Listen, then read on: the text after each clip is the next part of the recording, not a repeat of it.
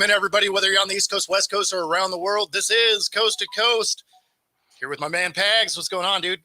Hey, what's happening? I figured Dustin would be here. He's been sending us messages all morning long, and I guess he just Right? all of a sudden got a phone call.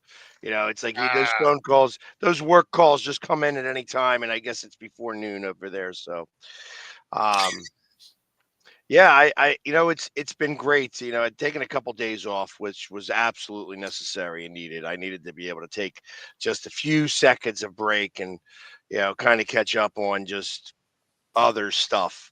Just like, you know what? I haven't seen the second season of Reacher. You know, Okay. All right. yeah. Fair Listen, so I don't ever watch television, so when I want to watch it, I want to watch just everything all at once, and I'll immerse myself for like 9 to 10 hours worth Yeah, of. absolutely. You just binge that thing. Like it's funny because before you were able to binge stuff, I never saw anything, right? Because I knew that the following week at 6 o'clock on a Tuesday, I was never going to consistently watch it. So I just never really watched anything. And Right. now that you can binge a whole season, you're like, you know what? I have an evening that I don't feel like I'm going to go to bed. And and then you just watch the whole thing, and then you've seen the series, and it works out. So I get Exactly. it. So I watched most of everything. I started to fall asleep at the last episode. I'm like, you know what? I'll save this for tomorrow since There you go. it is a Friday and there's not much else to do. Like I can, just chill and relax. And, you know, I mean, I did watch, a good portion of the hockey game yesterday. Mhm. I got pulled away towards the end of it, so I didn't get to see like a good portion of the third period and the overtime, which probably would have really pissed me off because of course Canada won. Yep. But you know, and it's so you know it, that I would have thought that USA would have had that game. They had the younger team. I thought they had the more skilled team. Player to player. They did. They were faster for sure. And it's funny because if you watched up until Canada scored, the U.S. was dominating the overtime period. They I had could some believe that. really quality shots on goal that were just they were blocked. Like it was Bennington was playing pretty well. absolutely. And I mean that was the difference because there were a couple of shots that were money that he was able to block or catch, and it was just like man. The more of those that kept getting blocked, you're just like, ooh, it doesn't feel like this is going to work out. Right. Well, I can understand that. It's Like they were out shots on goal. They were like 3-1 to Canada in the overtime period. So I mean, it was like they were dominating that period. It just unfortunately just didn't work out.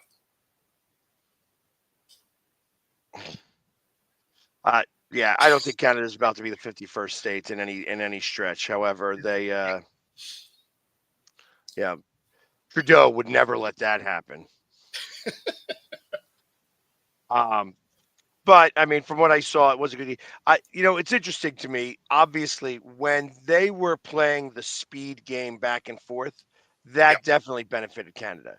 I thought that the U.S. needed to lean on them, and when they slowed the game down, is when things went USA's way. Game one between those two, that was a slow played game. When Mhm. they were going back and forth up and down the ice, that favors Canada. And I feel like that may have been what happened. I got to imagine that the goal that they scored was on a fast break.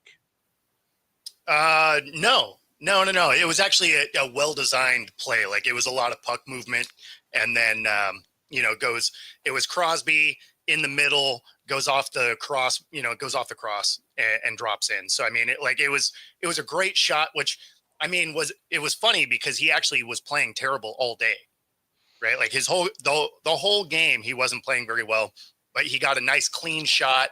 Um, and it goes in. But no, it wasn't a fast. That was Connor, right? Connor McDavid. It was. Yeah. So you mentioned Crosby, so it might have been Crosby. No. It went off the crossbar, like the top bar of the goal. Right. So it wasn't Crosby. It went off the crossbar. That's how he got his goal. But he was in the middle, so it was some good puck movement. Got past to him. No, like in the overtime period, Team USA was significantly faster. Got you. Now I can imagine because Canada was Yeah. much older team. So I would have thought that as that game went on, and I was also surprised they did not play it where it was like 3-on-3. That was like a full overtime, like a Yes. playoff game. Yep. So I was surprised to see that or hear that. Like I said, I didn't watch the period, but I was following on my phone. And then I said, for like 6 minutes into the period, I was like, oh, maybe they'll call it back. No, they didn't call it back. Yeah, no, it was funny because when you were listening to the announcers, because I was curious how the overtime period was going to work also, and they said it was going to be like there was not going to be any shootouts or 3-on-3s or anything like that. They were going to play full periods until someone won.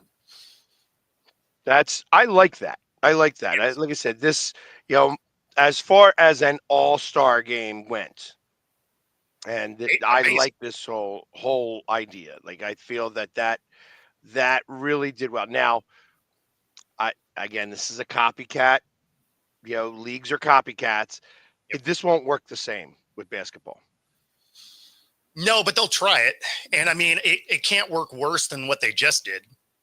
So, but the biggest thing is the NBA they don't care about the game. Like they don't care about playing.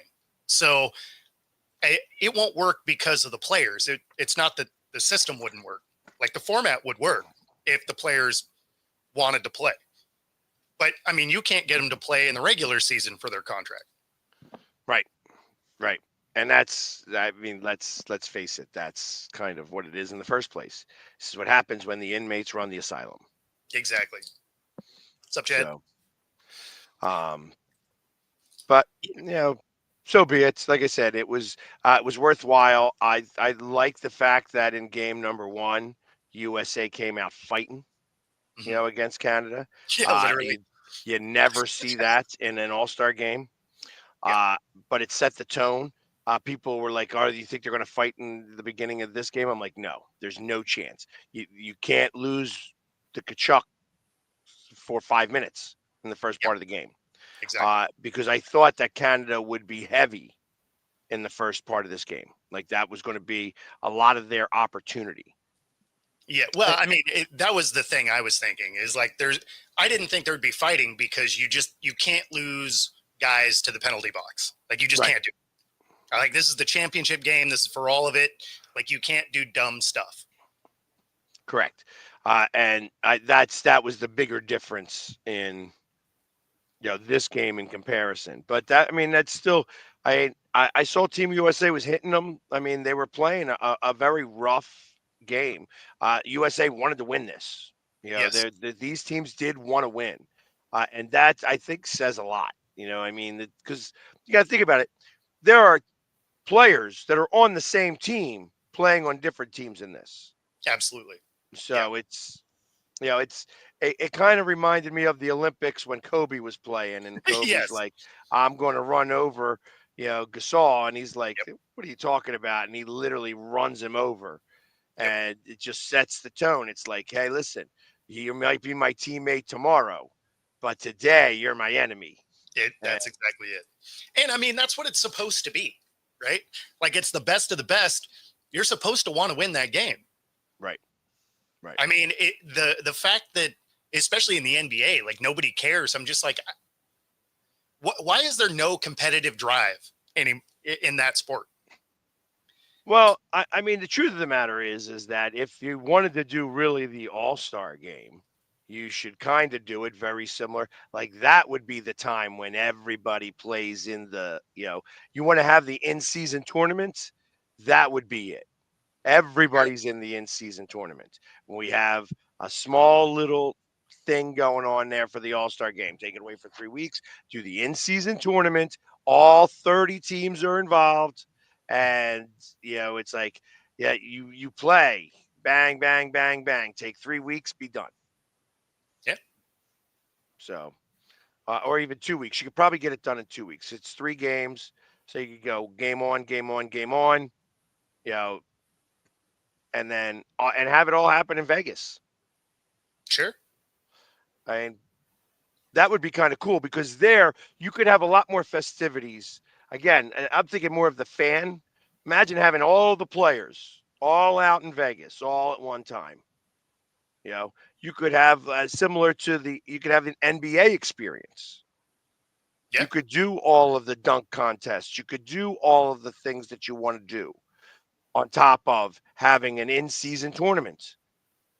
absolutely. And you could buy massive tickets. Be like, okay, you could buy tickets for one game, or you could buy tickets for the entire day Mhm. because you could have it 1, 2, 3, 1, 2, 3, 1, 2, 3.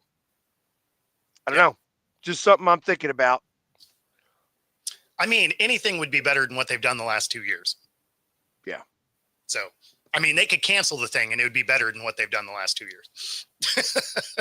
true, true. I get that, but so I mean, ultimately, uh, obviously, basketball has started back up again.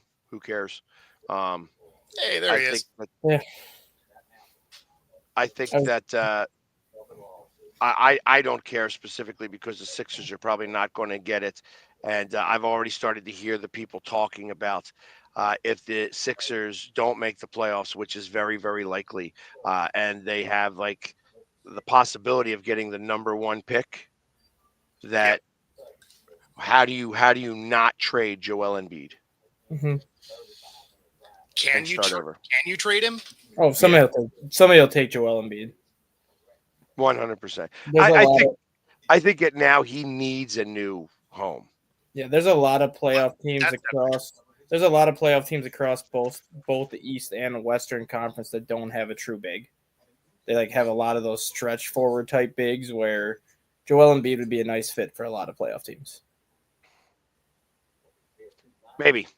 I mean, obviously, you want to be able to trade him that you're going to get the most for it, which means you're probably going to get like a couple of players and literally 4, 5 first round picks. I mean, that's kind of what you're trading him for. Um, and you got to look at it for later on down the line. Like you almost want those first round picks to be like 3 or 4 years out. Yeah. Yeah, true. So you want him to completely be done playing basketball because initially, like whoever takes him is going to move up the ranks to try to become the number one seed, or not, or at least True. try to win this, win the championship.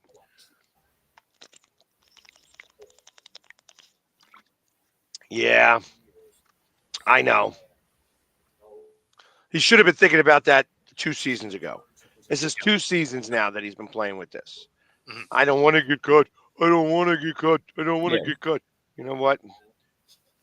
You're about to get cut from a team, so No, they won't cut him. But no, I know. I asked earlier in the season if anybody would trade him and Giannis straight up, and I would have absolutely done that. Okay, I could see that. But we'll see. My expectation is that if he trades and if he goes anywhere, he'll wind up in like Phoenix. I mean, obviously you can't trade anymore. This trade deadline's passed I now, would right? I would say if you're looking for draft picks, I would think Oklahoma City because Oklahoma City still has a boatload of draft picks that they've acquired over the years. Yeah, but I mean, Oklahoma City wouldn't take him. You don't think so? And then they can move Chet to the 4. No, no. Why bother? Like you have a great system right now, and you have the 1,000 first round draft picks. yeah, You Or you another. have I don't know. I wouldn't try to go after it right now. Like because Yeah. once you start to win, you're gonna win and win and win and win. Like they are actually, I feel like, set up to possibly go on a run that would be similar to like the Chicago Bulls. That would be similar to Golden State. That What about they have that type of team put in place right now to really go on a major like 7, 8 year run of being the best team in the league. see, what about going to it's the NBA, so I mean, they may be given draft picks from 2035 anyway. what about going to the Minnesota Timberwolves? since Minnesota gave up their big Karl Anthony Towns, and now Minnesota is nowhere near at the level they were after trading him away. Because now they really don't have that big anymore. They brought in Julius Randle as part of the trade with Karl Anthony Towns. You look at where the Knicks are right now with Karl Anthony Towns, and you look at where Minnesota is since they traded away him. Joel Embiid would fit in nice with Julius Randle and some of those pieces in Minnesota. Yeah. I mean, I guess that's a possibility. And do they have the first round picks? Where are those first round picks I going think to they be? have. I think they have 3 or 4 upcoming first round picks. I think 2 of them are in 2026. One is this year, and then they have an additional one in 2027. Yeah, but you're going to wind up trading like 6 first round picks, 5 or 6. Yeah, but you could probably also send Philadelphia some pieces too. If you wanted to get 2 first round picks and send them a guy like Nas Reed, send them McDaniels and some of 4 those first pieces. round picks. 4. I mean, that bar is already set. 4 first round picks and people. Or do a 3-team trade it.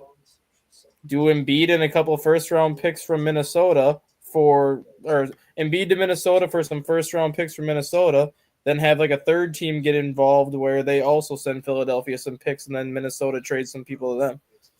Yeah, and then also maybe get rid of Paul George, which I knew at the very beginning of this, like, hey, Paul George was worthless. That's where Phoenix could come into play. You could do like a Minnesota, Phoenix, Philadelphia trade and have Joel Embiid go to Minnesota, Paul George go to Phoenix, and then draft picks getting dispersed across. If Phoenix even wants Paul George. I think they would. I think they're going to try to trade Bradley Beal as much as possible next year. They tried to pick up Jimmy Butler at the trade deadline this year, so obviously they're looking to take on another superstar to pair with Durant.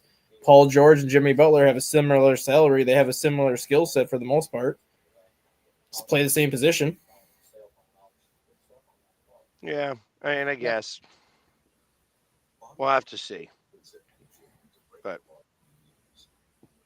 I don't know. That being said, that's about as much as I feel like talking about basketball. I know Durant wants out of Phoenix. Durant wants out of any place. Yeah, exactly. He wants out of any place. He likes basketball anymore. No, I think he likes basketball. He just doesn't want to deal with like adversity. Like he wants out when things get tough. He doesn't want to try to battle through adversity because every place he's gone, when things were going good in Oklahoma City, he had no problems being there. But as soon as they started trading away like Russell Westbrook and James Harden and things got tough, he wanted out. He goes to Golden State. Everything is sunshine and roses for 3 years. All of a sudden he gets hurt and Golden State loses the championship. There's some adversity. He wants out. Yeah, well, I mean, we've talked about this before. Anytime he has to be the guy, he wants out. Yeah. Like things could even be going okay. Yeah, well, I mean, Durant, yes, for sure. But I mean, even when things are going okay, if he has to be the guy, he doesn't want to be there. Right. He wants somebody else to be the leader. Yeah.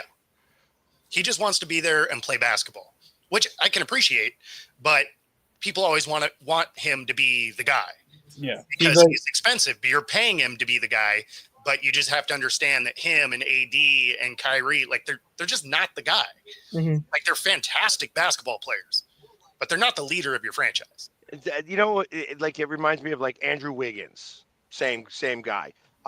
Andre Iguodala, you know, they tried to make him the guy here in Philadelphia, had all the talent in the world, and ultimately he needed to be like the second or even third guy on a team like the Warriors, where he won an MVP. He won a finals MVP by being that third guy, by playing defense, because that's really where he was. He's a two-way player, could score some baskets, could put like 18, 20 points on the, you know, on the stat sheet, but also play defense and also rebound and things like that. So those types of guys are just as important. Like I said, do you believe that without what's his face, that Jordan wins all 6 championships? Yeah. No, he does not. You know, he needed 2 other players. He needed somebody to get the rebounds. You know, that's why he had Rodman. And he needed a second scorer, a second option. Somebody that you had to pay attention to a little bit. You know, and that was Pippen. Oh, no question. And Jay, you can absolutely be an elite athlete and weak-minded. And Durant is probably the best example of that. Well, and Antonio Brown too. He gets in his feels about everything. He has burner phones to respond to people. Like that is somebody that is probably a little bit weak-minded. I understand where you're going here, but with Durant specifically, two things can be true. He can be elite. He can also not be the leader, and be weak-minded. Some of these other guys, they don't really care about what people are saying as much.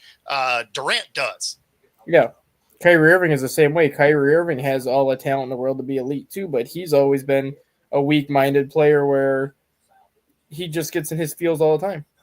And you know what, Rudy, as I see that where you say Pippen needed Jordan, that had to go both ways. That absolutely went both ways. Jordan didn't do anything until Pippen got there. And Pippen didn't do anything before Jordan or after Jordan. Well, and to be fair, I mean, they still went. Neither of them did.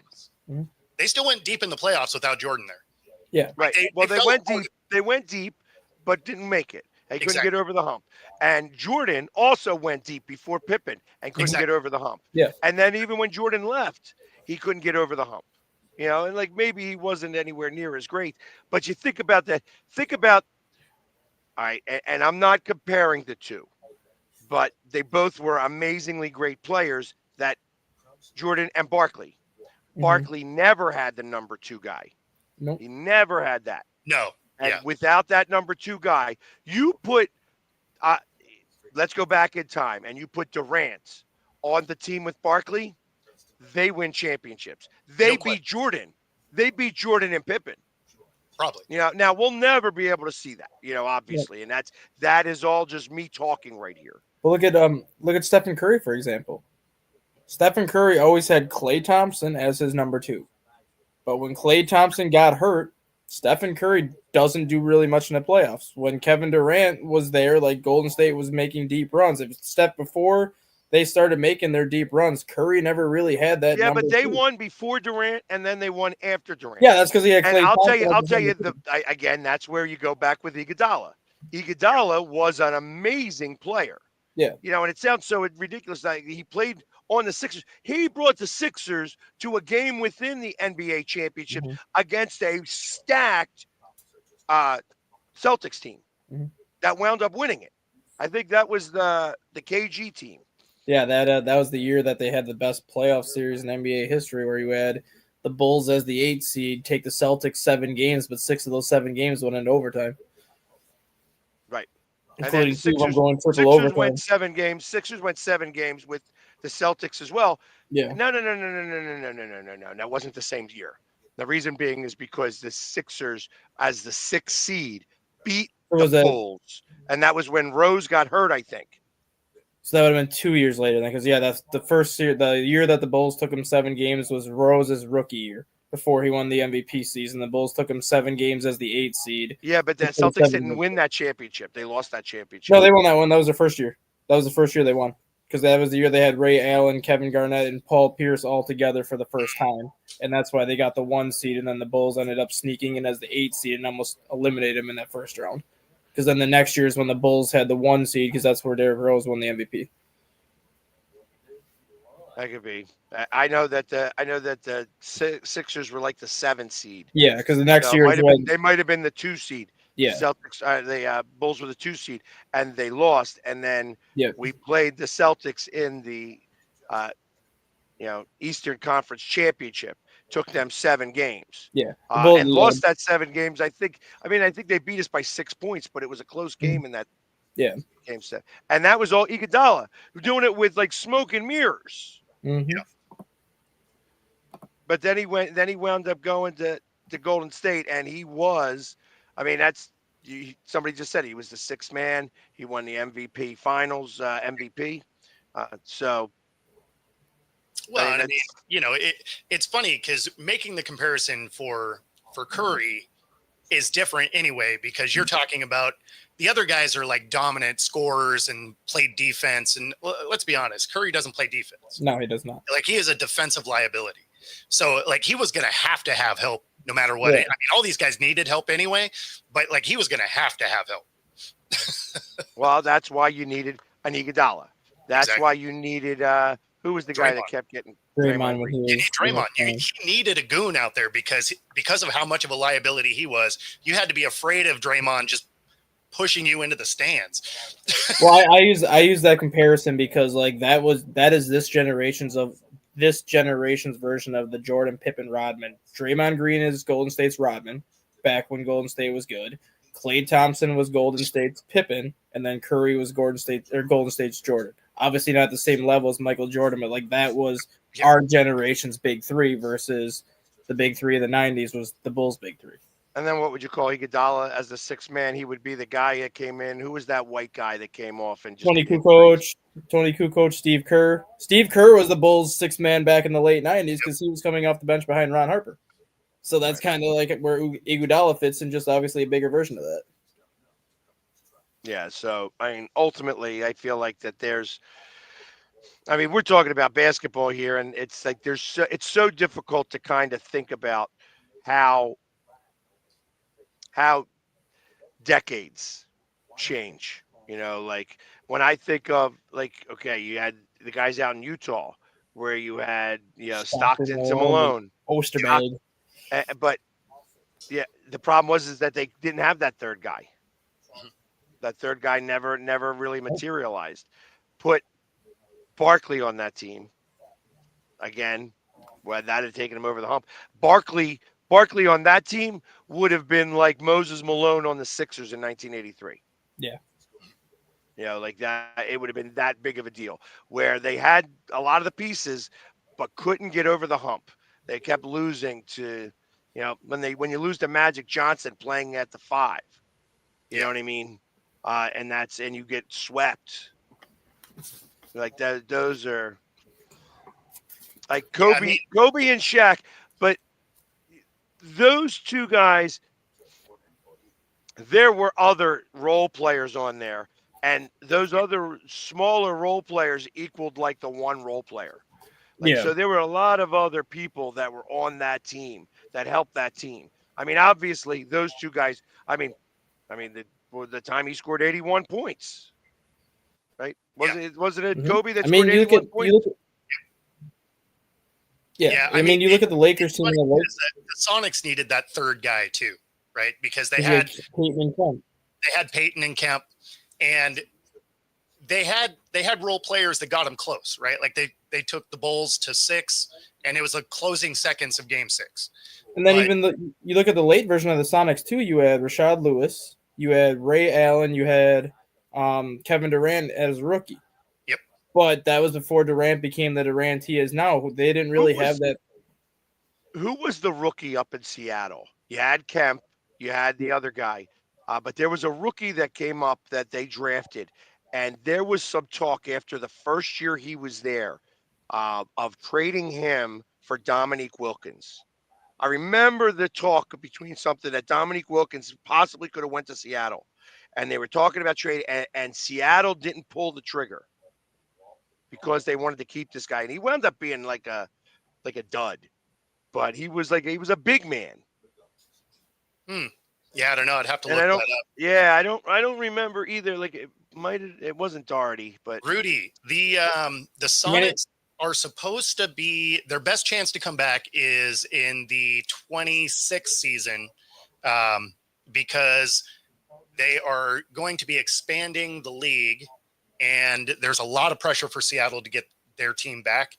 They also want to put one in Vegas. So those sound like the two locations that will be getting teams at the expansion. And of course, that's at the end of this TV contract. So as soon as that comes through, we should, in theory, get our basketball team back. Do you think they'll go back to? I mean, Yep. I don't like it now. I think you think that they'll wind up going with 4 different divisions per conference? They'll go 8 divisions of 4. Yeah. Yeah, they'll go the NFL route. Yeah. I don't like that. They're not going to go the NHL route where you have 4 divisions of 8. They'll do the 8 of 4. Yeah, well, I mean, and it's not even like it matters because half the league gets in the playoffs anyway. Yeah.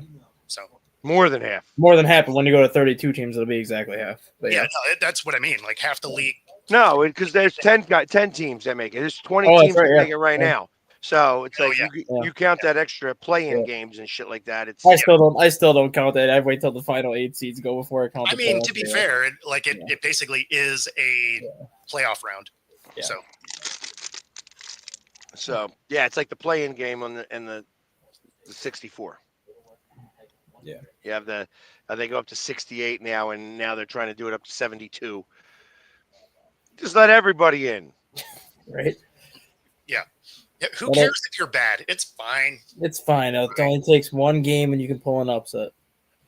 But if you like upsets, you can bet alongside us right here on Coast to Coast with BetUS. Use a QR code on the screen. Get up to 125% of your first 3 deposits, 10% bet guarantee if you happen to be bad at it.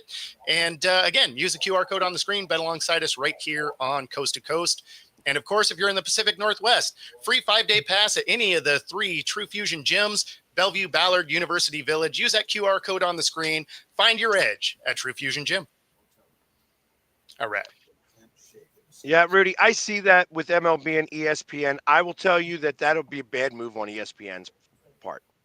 If they were to lose that to like Comcast Sportsnet or something like that, if Comcast was able to take that, and trust me, they want to. ESPN has been. ESPN's not the one that pulled out though. Rob Manfred is the one that took him off. Well, they took him off because he feels they can get a better deal individually. Well, yeah, there's also more to it though. Because of there is not a proposed work stoppage anymore. There is going to be a work stoppage after 2026.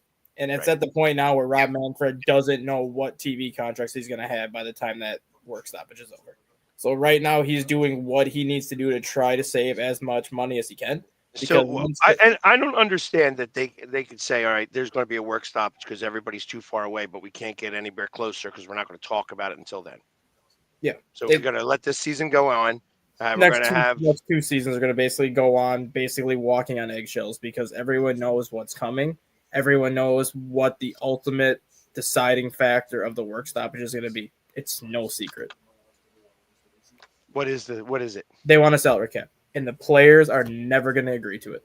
And that is all these owners right now, whether they are publicly admitting it or not, all these owners right now are basically saying that they're losing money.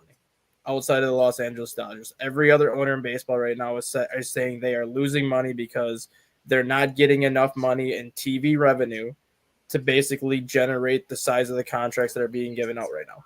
The longer you go without losing money, the less you are to sustain the kind of contracts that you're giving out right now, which is why every owner, besides the Dodgers, is going to want a salary cap. None of these players are going to agree to it because what happens with the contracts that they have now? There's no way they're going to be able to keep these contracts to stay on the current teams that they're on with. I mean, I feel like you have to have like a grandfathered in. Yeah, there'll be a grandfathered in, but now but that's the big reason why everyone was saying, like, why did Pete Alonso only get like a 2-year deal? Why did Alex Bregman only get a 3-year deal? Why did some of these high prize free agents only get these 2-3-year deals instead of these 7-8-year deals? It's because all these owners are prepping for a work stoppage. They don't want to sign people to these 6 or 7-year deals if there's going to be a work stoppage and basically lose a complete year of control on these players. Have to still pay the players because they're under contract. You sign them for 2 years, you pay them for the next 2 years, and then if you hit a work stoppage, you figure out what you're going to do after that. Versus if you sign a guy for 7 years at $300 million, you don't play baseball in 27. You still got to pay that guy that you signed for 7 years. Yeah. Next year's free agency is where everyone is wondering if anyone's going to get more than a 1-year deal. Because if you have a guy that wants $50 million a year, depending on who the free agent, like Vladimir Guerrero is a prime example right now. If you're Vladimir Guerrero, you did not reach a deal with the Blue Jays. You're going to be going into free agency next year looking for $50-60 million a year because you're probably going to be the highest name on the market. I don't see anybody giving Vladimir Guerrero a 6-7-year deal next year. I say, here's a 1-year, $60 million deal. We can't guarantee that we're going to have. Yeah, but you could do it. You could set it up so that, hey, listen, I mean, they put everything else in a contract in baseball. If there is no games, if you play no games, you get no pay. But but the eligibility continues. So if there's a 2-year stoppage and I give you a 7-year deal, I don't pay you for 2 years, but now I still get you for the 6 years after that. The So problem that means that the back end of that, we're getting the back end of the bad end of the stick of that.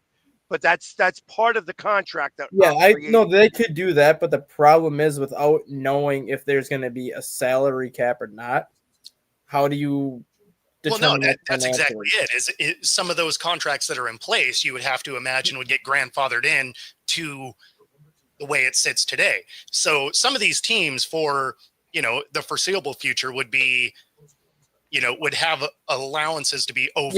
Like the teams that already have the contracts in place are going to be like, they're fine with what they have. They're going to have these contracts grandfathered in. They're going to figure it out eventually.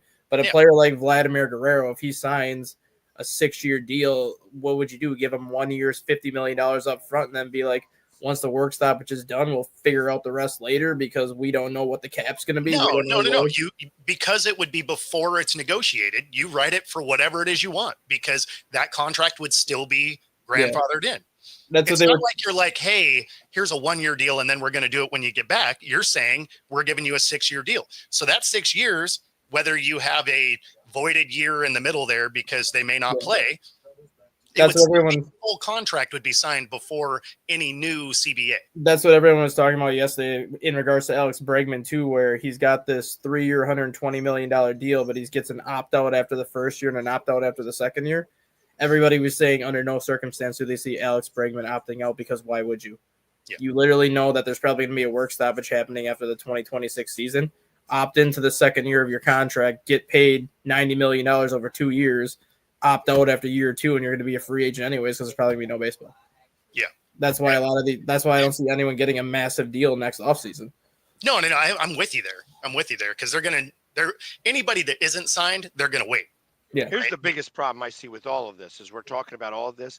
There's no way that the owners in baseball are going to revenue share because that's what they do in football. That's the biggest reason why they want the salary cap because the Dodgers TV deal is $332 million per season.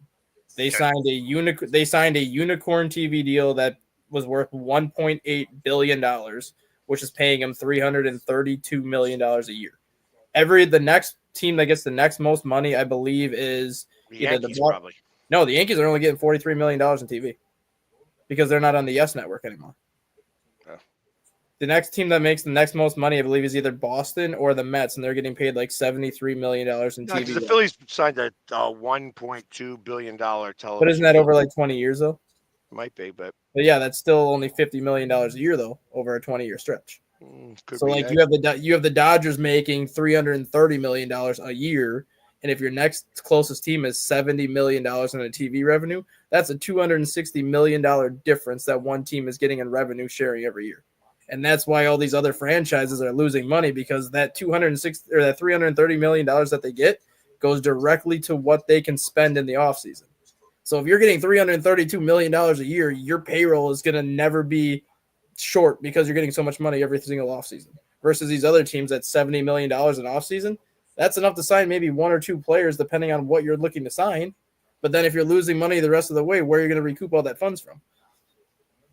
Yeah, well, I think of Pittsburgh as the prime example. Yeah, Pittsburgh's getting paid $11 million a year in TV revenue. Yep. That's not going to sign anybody besides one mid-level player that you might get for $7 million, and then there's $4 million left for the rest of your offseason that you got to play with. That's why this isn't going to be a situation where you might not have baseball for a month, maybe 2 months, and then both sides just cave because they're missing baseball. Like, this legitimately could be the first time where this work stoppage goes for the entire duration of a season because nobody wants to cave because they can't afford to. So, but where are you going to put that luxury tax start? Like, where is it going to start at $80 million? So is that the first line, and then the second line be at 120? What? No, 160, and then 200, and then 240. There is going to be no more. They want to do away with the luxury tax when the next CBA comes out. They want to set the salary cap at $300 million, so you can't pass $300 million, but they also want to set a salary floor where every team has to at least be at $110 million heading into the season. So basically they're forcing the A's to sell. Is what you're saying. They're forcing the A's, the Pirates, the Rays, and a lot of these teams to spend money to get to that $110 million. Yeah, but they're so far away from that. That's the thing, though. That means that everyone is basically going to have to sign a player for like $30 or $40 million. Yeah, but then you got a revenue share. You're going to have to revenue share. That's why they think this is going to be a lengthy lockout if we get to that point, because you're making the point that nobody's going to want a revenue share. Everyone else is going to want the salary cap, salary floor thing where you have to be between these two numbers every season. Well, if you don't want a revenue share, how are you going to get to these two numbers that you want to get to? If you don't want to agree on a salary cap, nobody's going to get their way. So if I was smart, or if I had unlimited funds in 2027, I would open up the World Baseball League, and I would start. I'd put together 10 teams, just 10, and take everybody in that I could, and get rid of MLB. Like, hey, listen, let MLB do their thing, and I'm going to start, the American Baseball League, the ABL, and Sure. kind of start and do exactly what they're doing. Like, set it up like football, 100% like football. And I tell you, I mean, the easy part about that is that there's going to be a whole bunch of empty stadiums. You'd be able to use those stadiums pretty inexpensively. And truth of the matter is that why do you even care? Like, hey, listen, I could go play this anywhere. That's going to be where when there's no baseball, there's a lot of availability. Well, look at what happened in 2020 when we had the COVID shortened season. Look at how much the KBO did. The KBO was getting a lot of players from the United States to go over to Korea because they were still playing baseball when we weren't. So if you're going to lock us out for a whole year, a lot of these players are going to go to Japan. A lot of these players are going to go to Korea or Mexico and sign these multi-year deals because we might not be playing baseball here, but we can go overseas or in Mexico and play for cheaper, like a cheaper contract. But $5 million in Mexico goes a lot further than $5 million in America. $5 million in Japan goes a lot further than $5 million here. I mean, it's funny that they are willing to allow themselves to have a season they may not play. When you think back to the last time they had an extended strike, it took baseball a long time to recover from that. That's the thing. Like, if steroids, like a long time. That's what I'm saying. Exactly. If we have another lockout and we miss an entire season of baseball, knowing how long it took to get baseball to what it is now, knowing that you had to have steroids play into it and all this other stuff, what is it going to take to get baseball ever to a respectable level again? Because I don't see it ever getting back to where it is now if we lose. The problem is that it used to be that baseball players were a little bit more accessible. They were working guys. That's what they are. Now they're no longer working. You have when you have guys like Shohei Ohtani making that type of money, Soto making that type of money. It's so ridiculous, and they're so far fetched. They're not worth that money. Look at Anthony Rendon, for example. Anthony Rendon is making $29 million a year, which was when he signed his contract. Obviously, that was a massive deal when he signed it, but that's nothing compared to the contracts now. He has missed more games since signing that contract than he has played in games because of all the injuries. And again, he's going to be missing 4 months again this season with whatever injuries he's got now. The guy's literally been with the Angels for 5 years, and he's missed 3.5 of the 5 years, and he's played in 1.5 years. And he's getting paid $30 million a year to do pretty much nothing. Right. And you wonder why teams are losing money. That's why you're paying guys $30 million to literally do nothing. Well, and that's why I kind of feel like that this, that you could undermine the MLB in a very easy way by just taking 10 teams, having a draft, being able, everybody gets on a salary cap, make it very much like football. These are football style contracts. Yep. End of story. Yep. And I'm surprised that, I wouldn't be surprised if there are some owners in football that are thinking the exact same thing. Well, especially if you wanted to do your own league, right? That's where you bring out juiced sports right there.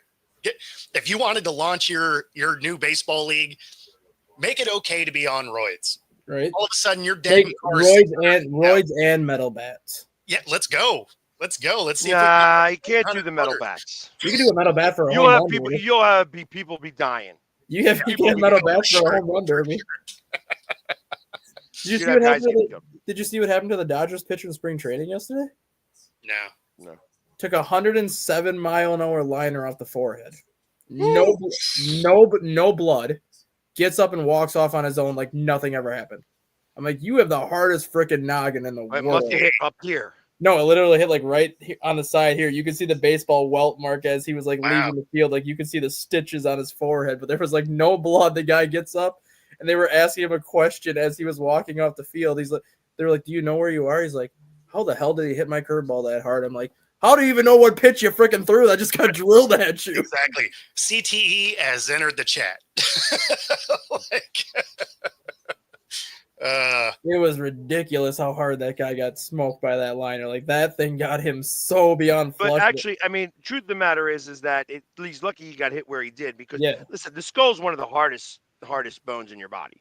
So literally, if it probably if it hit right here or like right here, like you hit right in the like where it starts to curve, that's actually extra bone there. Yeah. The ball ended up, I think, 135 feet into the outfield after it hit him in the head. Like that's amazing. Smoked. So, but yeah, I think. I mean, that's what I would do. I would start my own. I would absolutely start my own. If I had money to do it, I would absolutely just start planning for it. Create a draft. You're going to draft all these players, guys that don't want you have the option of entering into the draft. And then because then you could start to do this. You start with 10 or 12 teams. Actually, I would start with 12. 6 in each division. Yeah. And go that route. Like 4 teams make the playoffs. That's it. Sure. Yeah. And do it 120 games. Like I would change the whole format. Do it 120 games. You want the World Series to end right around week 3 of football, right before October. I like the October Classic. I like that whole idea. I don't like it going to November anymore. Baseball is supposed to be done warm. You know what I mean? I like it ending right around October 1st. That's when baseball should end in total. It's funny because they're like, oh yeah, our viewership's down. It's like, well, of course. Like you keep extending it, you keep moving it into football, which dominates our airwaves. Like, why would you continue to make it harder to get viewership? The link that I put in the private chat, can you open this as the show goes on or no? Maybe. Because that's the link of him getting hit in the head. I don't know if it'll pull open if the show is like live or if you'd have to. I can probably. Well, actually, you can share screen if it's on it's on your laptop. Oh, I just copied the link and just put it in the private chat. Anything's possible. Let's see what we got.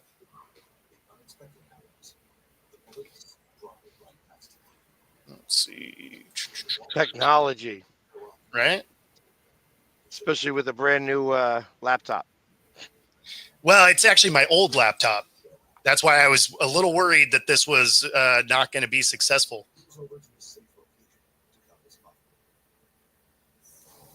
Okay.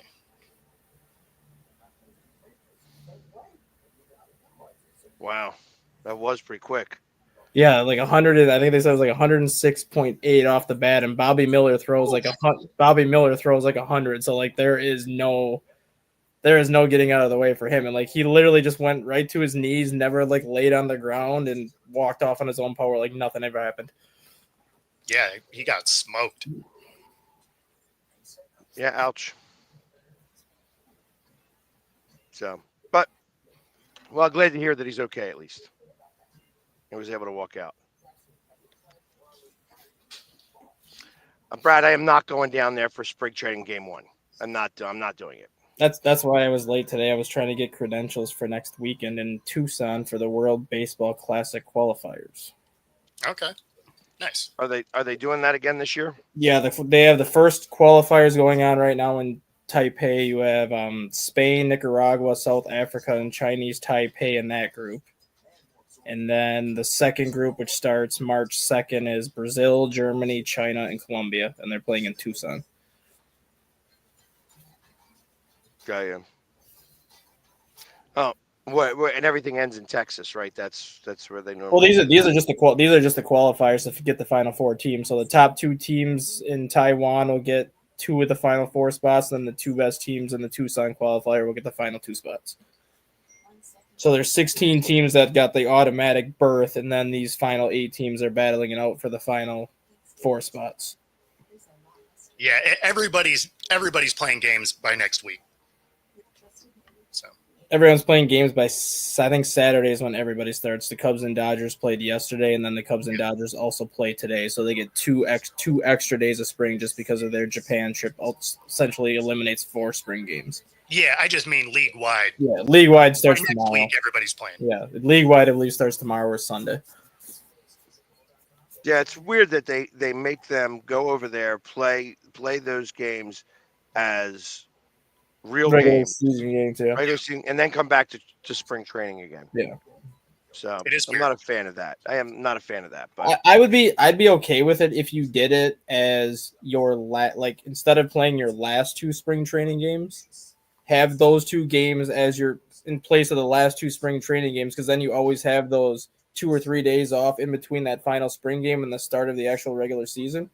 Play your Japan series the last 2 days of spring training, and then you have your 3 days of travel after that leading up to the rest of your regular season. It doesn't make any sense to throw it in the middle of March. You're sitting in Japan for 7 days. You play 2 games, you come back, and then you have 5 spring games and only 2 days off before the regular season. yeah, they don't want them to deal with the travel part. That's the issue. Yeah. So, but it is what it is. Yeah, Zach Martin being gone, that's just another reason why the Cowboys are going to just that dumpster fire is Nobody cares. blazing. Another excuse that they can make why Dak Prescott can't stay upright. Exactly. He doesn't have Zach Martin anymore. Yep. And then speaking of credentials, tonight, first pro rugby league here in Seattle. So if you are in the area, tickets are still available. They're about $59 a piece. Come out and say hi. There you go. Who is the teams playing? So it's the Seattle Seawolves and the what are their Such a cool name. Yeah, another fictitious animal. right. Hey, The Free Jacks. The Free Jacks. it's not as good as the Space Potatoes. Yeah, man. Space Potatoes and the cheese salads. It whatever. You know what I mean? Minor league names are great. I'm sorry, minor league names are funnier than hell. I think that all of our things are fake. Like we don't have a one real mascot. Like we got the Sea Wolves, we got I guess the Wolf Pack, our AFL team, like that's an actual thing. But the Kraken, mythological creature, the Seahawk is a version of an osprey that they made up. None of them are. The only one that's a real mascot is the Huskies. The Huskies is a real one. Yeah, Cougars, I guess. But I like the your guys always bring the fire to the chat. Brad and Joe always going at it every time. Brad is all excited though because he could say at least he's a 2-time world champion, where Joe is still waiting, for his VCR to get fixed. I was gonna say Joe was alive for him though, right? I mean, Joe's alive. I want to say Joe's in his 60s. Okay, so he's been around. He's been around for maybe all 5. Joe could build a Lombardi Trophy out of Legos. He might be able to. I don't know if he can get that many Legos. Then he can have it. Then he can have it for the rest of his life. Man. That being said, I know he did, Joe. This isn't the Boy Scouts, Joe. Don't tattle. Okay, there we go. 63. So yeah, you got to see him. It's been a minute, but you know. That being said, we are at the top of the hour. If you've been watching on YouTube, be sure to like and subscribe. Helps us bring our content to you. And of course, if you're watching on Roku TV, stay tuned for the next hour. Otherwise, we will see y'all next week. Enjoy the sports this weekend. It's going to be weird with no football. Take care, guys.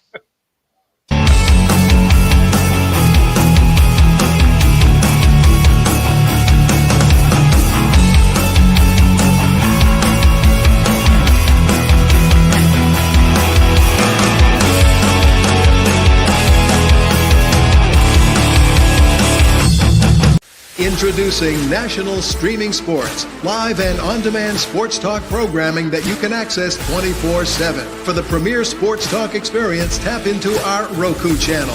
Start your mornings with Mac and Jack covering all the weekend sports action.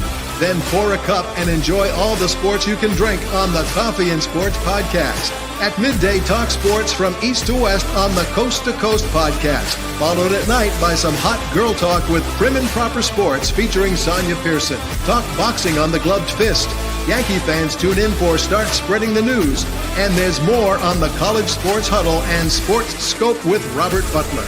There are 20 podcasts in all and 70 weekly shows giving us a 3.4-star viewer rating. To find us on Roku TV, search for National Streaming Sports on the Roku search bar. Click on the logo and you're in. National